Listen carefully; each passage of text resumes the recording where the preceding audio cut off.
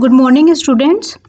आज मैं आप लोग के साथ डेटा स्ट्रक्चर का जो फर्स्ट चैप्टर है उसके बारे में डिस्कस करूँगी। तो जो फर्स्ट चैप्टर है हमारा वो है इंट्रोडक्शन टू डेटा स्ट्रक्चर्स। तो इसमें हम पहले ये पढ़ेंगे कि डेटा स्ट्रक्चर में कि डेटा स्ट्रक्चर होता क्या है, डेटा क्या होता है, क्या बेसिक टर्मिनोलॉजी हम इस सब्जेक्ट में यूज़ करेंगे। देन हम जो डिफरेंट टाइप्स की डेटा स्ट्रक्चर अवेलेबल हैं हम उनके बारे में देखेंगे, कौन कौन से डेटा स्ट्रक्चर अवेलेबल हैं और वो उनके क्या कैसे उनको यूज़ किया जाता है, सबका बेसिक इंट्रोडक्शन देंगे इस वाले चैप्टर में। ठीक है, तो फर्स्ट हम स्टार्ट करते हैं बेसिक टर्मिनोलॉजी। ये कुछ बेसिक टर्म्स हैं जो डेटा स्ट्रक्चर में यूज़ की जाती हैं। तो सबसे पहले हम लोगों ने जो हमारा सब्जेक्ट है उसका नाम ही हमारा क्या है, डेटा स्ट्रक्चर, यानी डेटा की स्ट्रक्चर। तो डेटा क्या होता है? डेटा होता है वैल्यूज़ या set of values. Data item उसी में ही पार्ट आया, डेटा आइटम, वो उसको बोलते हैं सिंगल यूनिट ऑफ वैल्यूज़। अब ये डेटा होता क्या है? आप लोगों ने सुना होगा स्टूडेंट डेटा फिल करना है या किसी पर्टिकुलर कस्टमर की इंफॉर्मेशन को फिल करना है, या फैकल्टी का डेटा फिल करना है, ये वाली टर्म आप लोगों ने सुनी होगी। तो जो स्टूडेंट डेटा है, तो स्टूडेंट डेटा में अभी आप लोग का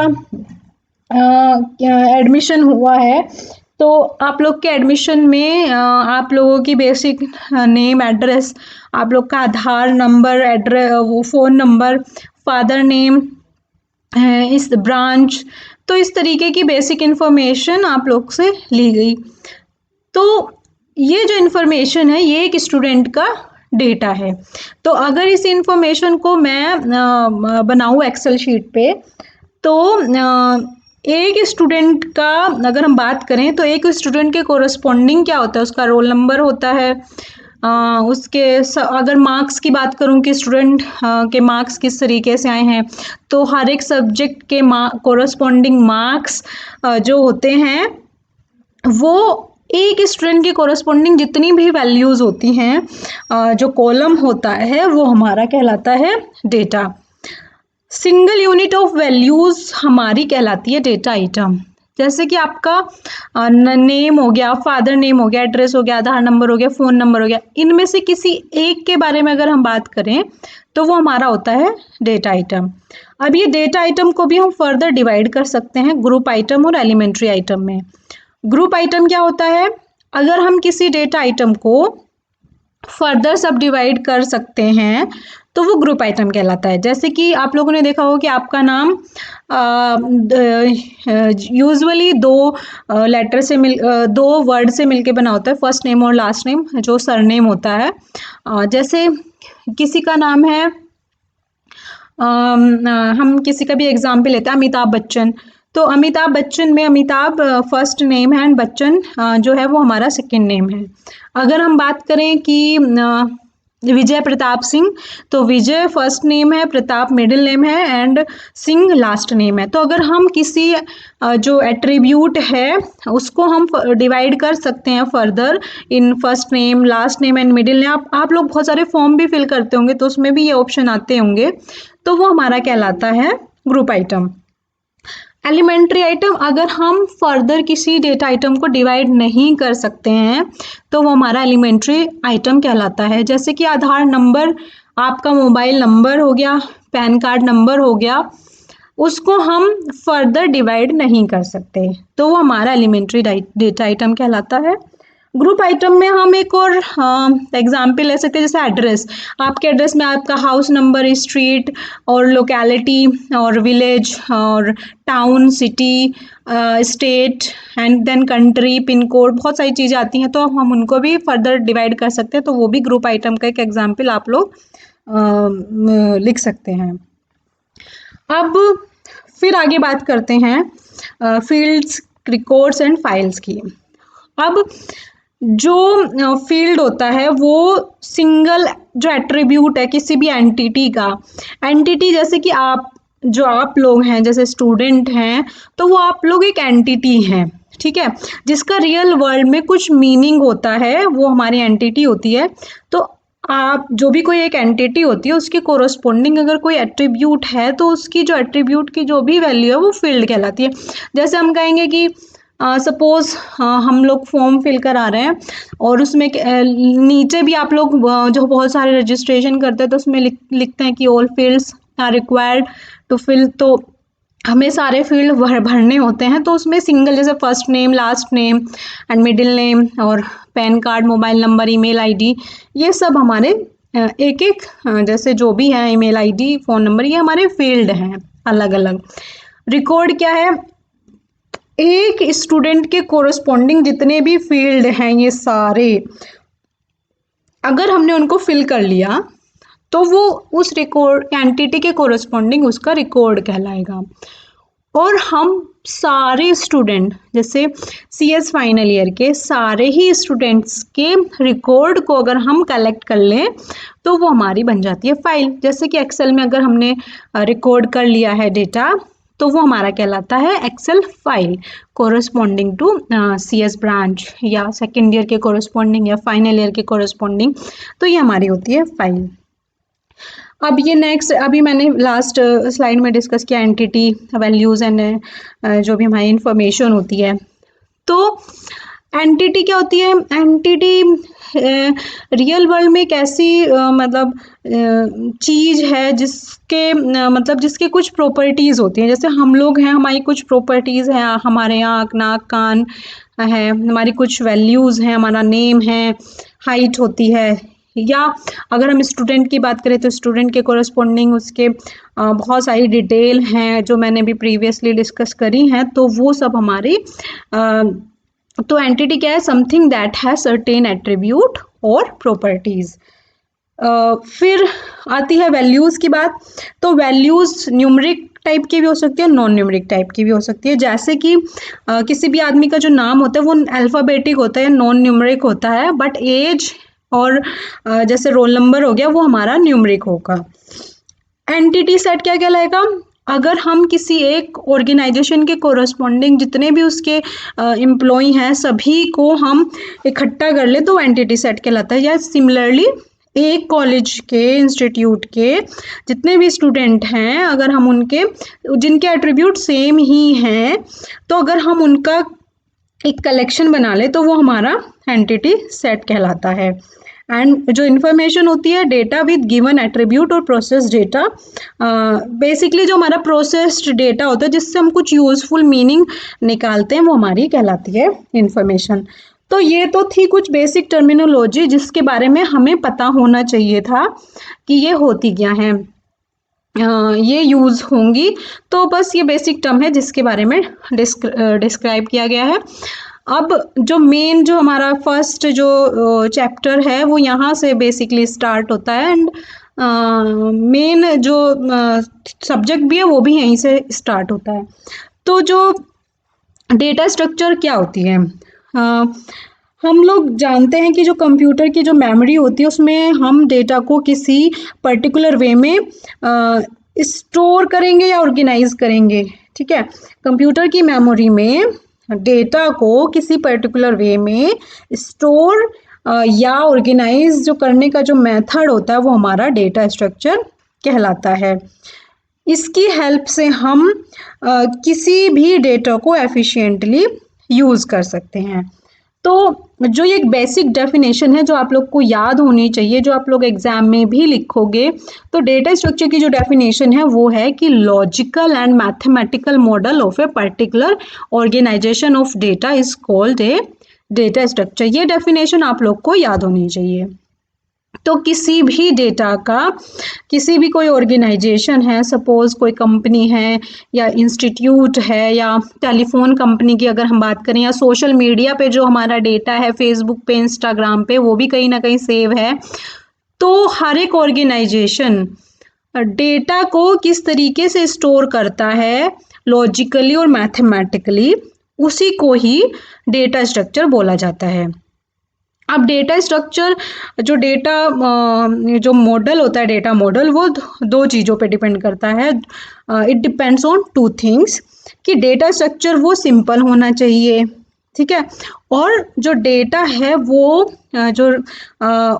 वो सारे जो भी रिलेशनशिप है वो उनको रिप्रेजेंट कर देना चाहिए, उसको रिप्रेजेंट करनी चाहिए जितनी भी उसके आपस में जो भी रिलेशनशिप है। तो ये दो चीज़ें जब हम कोई भी डेटा स्ट्रक्चर यूज़ करते हैं तो हमें ध्यान में रखनी चाहिए। अब नेक्स्ट जो है वो आता है कि types of data structure. Data structure 2 types का होता है, primitive and non primitive. Primitive data structure जैसे कि integer, character, float and pointer.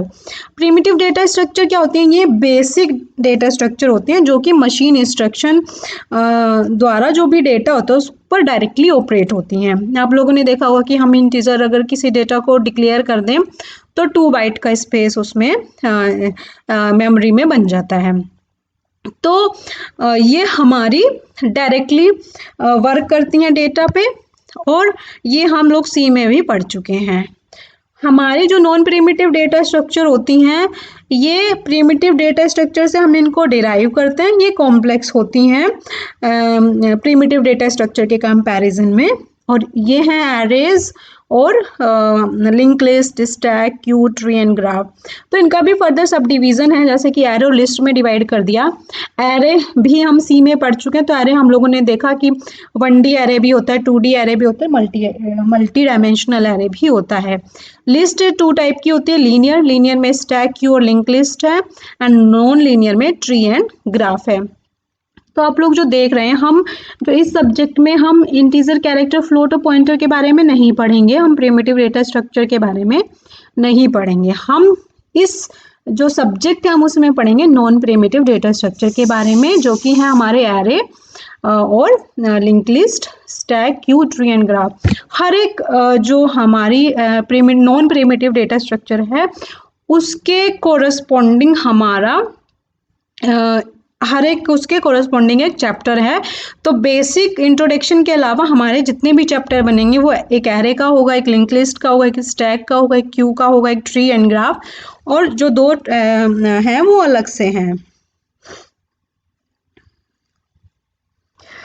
तो अब हम देखते हैं कि जो हमारा फर्स्ट जो एरे है, जो फर्स्ट इसमें हम किसके बारे में पढ़ेंगे? एरे के बारे में। जो first non primitive data structure है वो है हमारा एरे।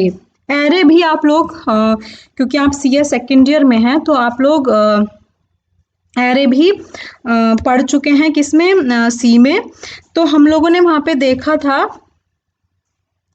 कि जो एरे होता है वो सिमिलर जो डेटा टाइप है उनका कलेक्शन होता है। जो सेम डेटा टाइप के जो वेरिएबल होते हैं उनका कलेक्शन होता है। तो जो एरे होता है उसमें जो भी एलिमेंट्स होते हैं या डेटा होते हैं वो एडजेसेंट मेमोरी लोकेशन पे स्टोर होते हैं। एडजेसेंट क्यों बोला? आप लोगों ने देखा होगा कि हम यहाँ पे देख लेते हैं एग्जाम्पल। ये हमारा एक एरे है, तो या हम यहाँ पे देख लेते हैं, ये हमारा एक एरे है, इंटीजर टाइप का डिक्लेयर किया है इसको, डेटा टाइप इसका इंट है। इसमें जो हमारा जो 10 है दैट मीन्स कि ये 10 एलिमेंट्स को स्टोर करेगा। तो जो इसके लिए कंप्यूटर मेमोरी एलोकेट की जाएगी वो 10 × 2, जितना जैसा इंटीजर 2 बाइट स्टोर करता है, तो 10 × 2 यानी 20 बाइट्स की जो मेमोरी स्पेस है वो ले लिया जाएगा। तो वो एक ही जगह जो स्पेस होता है वो एक ही जगह ले लिया जाता है, एक ही मेमोरी ब्लॉक ले लिया जाता है। ये नहीं कि कोई स्पेस यहाँ है कोई कहीं और है। जितना भी एरे आप लोग डिक्लेयर करते हैं तो जो मेन मेमोरी होती है उसमें एक ही जगह उसको वो स्पेस दे दिया जाता है। इसीलिए बोला गया कि ये जो भी एलिमेंट होते हैं इसमें एडजेसेंट मेमोरी लोकेशन पर होते हैं।